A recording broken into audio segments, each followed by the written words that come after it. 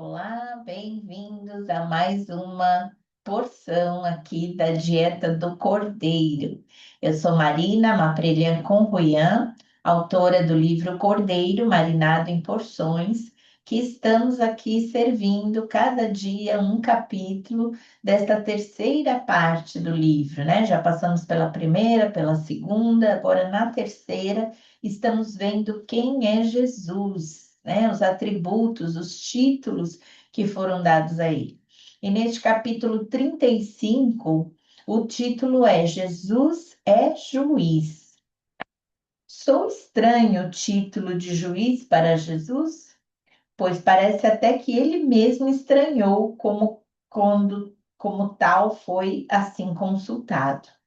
Em Lucas 12, 14, numa discussão de família lá, Jesus respondeu para a pessoa, né, para o homem: quem me designou juiz ou árbitro entre vocês? Mas no capítulo 5 de João, ele próprio responde, afirmando que Deus assim o constituiu de autoridade para julgar. Versículos 22 e 27 diz assim: além disso, o Pai a ninguém julga, mas confiou todo o julgamento ao Filho e deu-lhe autoridade para julgar, porque é o Filho do homem. E acrescenta alguns capítulos ainda mais à frente, João 8, 16 e 18, quando diz assim: mesmo que eu julgue, as minhas decisões são verdadeiras, porque não estou sozinho. Eu estou com o Pai que me enviou. Na lei de vocês está escrito que o testemunho de dois homens é válido. Eu testemunho acerca de mim mesmo. A minha outra testemunha é o Pai que me enviou. Olha que autoridade! E interessante notar que nessas figuras judiciárias, Jesus se fez culpado em nosso lugar como réu do pecado, sendo, na verdade, a vítima em todo o processo, pois era completa e puramente inocente.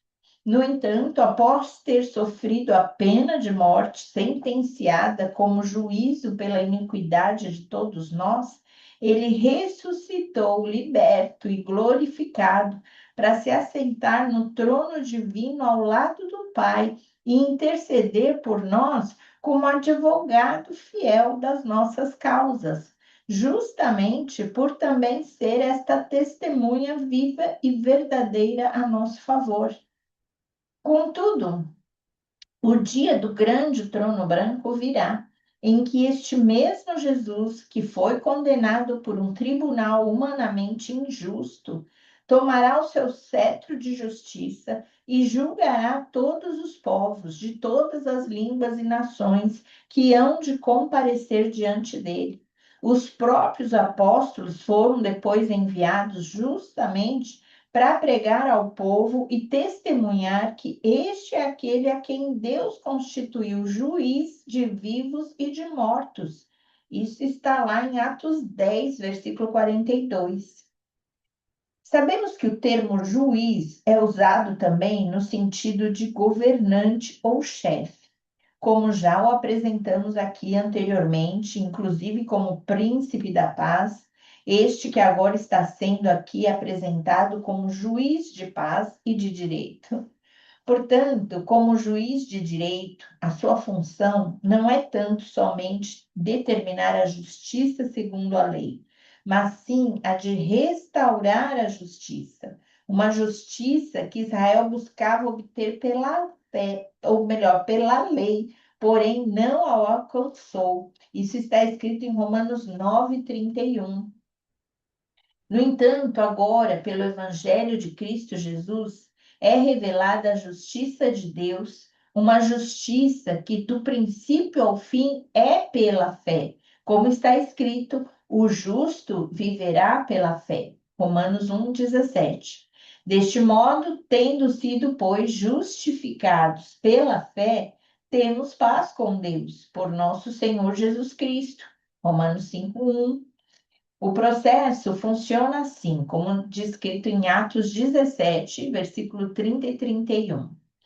No passado, Deus não levou em conta essa ignorância, mas agora ordena que todos, em todo lugar, se arrependam, pois estabeleceu um dia em que há de julgar o mundo com justiça, por meio do homem que designou, e deu provas disso a todos, ressuscitando dentre os mortos. Tá vendo? É óbvio que por este nosso justo juiz prezar pela integridade e justiça, ele não poderia inocentar o culpado. Afinal, definindo também agora o que é direito, é o objeto próprio da justiça que obriga a dar a cada um o que lhe é devido, ou seja, aquilo a que ele tem direito. E esse critério vem sendo executado desde o tempo dos juízes bíblicos, no qual vemos a história organizada em ciclos de pecado, castigo, arrependimento e libertação. Praticamente sempre acontecia assim. Invasões estrangeiras eram enviadas por Deus como castigo para o pecado da nação. Quando os israelitas se arrependiam de seus erros, o libertador, no caso um juiz, punha um fim à punição. E é assim até hoje. Por isso, vamos orar dessa forma? Senhor, reconhecemos que tu és o justo juiz que julga todas as coisas e todas as pessoas na face desta terra com retidão e justiça. Confessamos a nossa fé e gratidão por ter nos perdoado todas as transgressões e cancelado a escrita de dívida que consistia em ordenanças e que nos era contrária.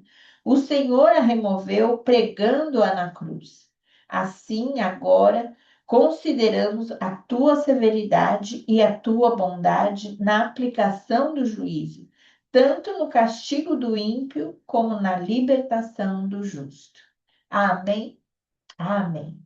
Olha, esse é um capítulo, né, por deveras especial no meu conceito, porque o capítulo de ontem nós falamos para aprender de Jesus que ele era manso e humilde de coração, né? A gente vê nessas qualificações um Jesus compassivo, amoroso, paciente, manso e humilde, mas isso não exclui a postura dele como um justo juiz, né? Dele falando inclusive de Deus, Deus Pai, Deus Filho, Deus Espírito Santo, na Trindade Santa. Existe esses dois pratos da balança, né? Como justiça, a bondade e a severidade de Deus.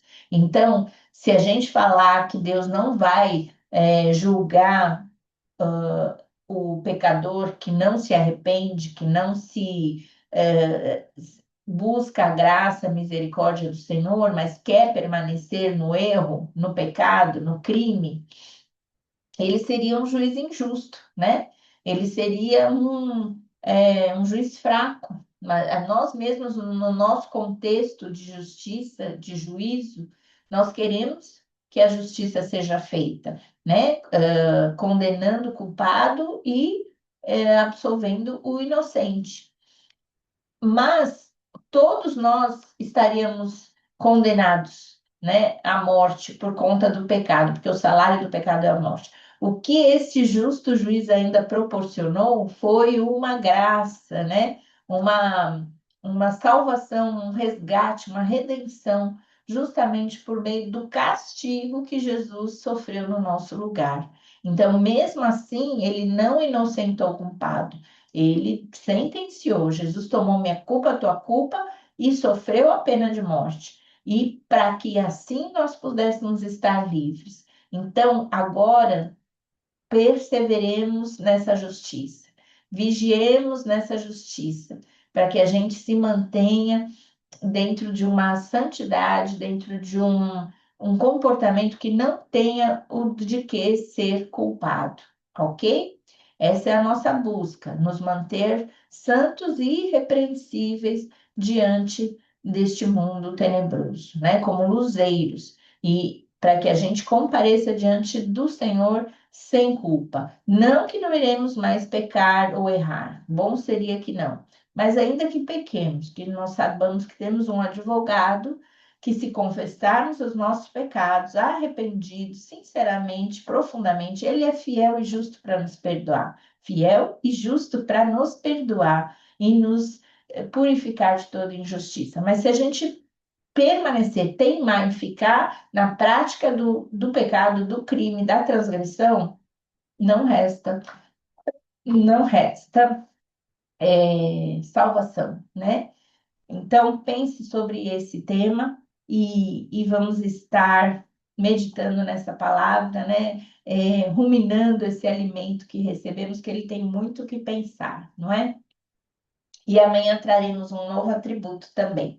Espero você aqui todos os dias com uma nova reflexão. Se inscreva no canal e participe.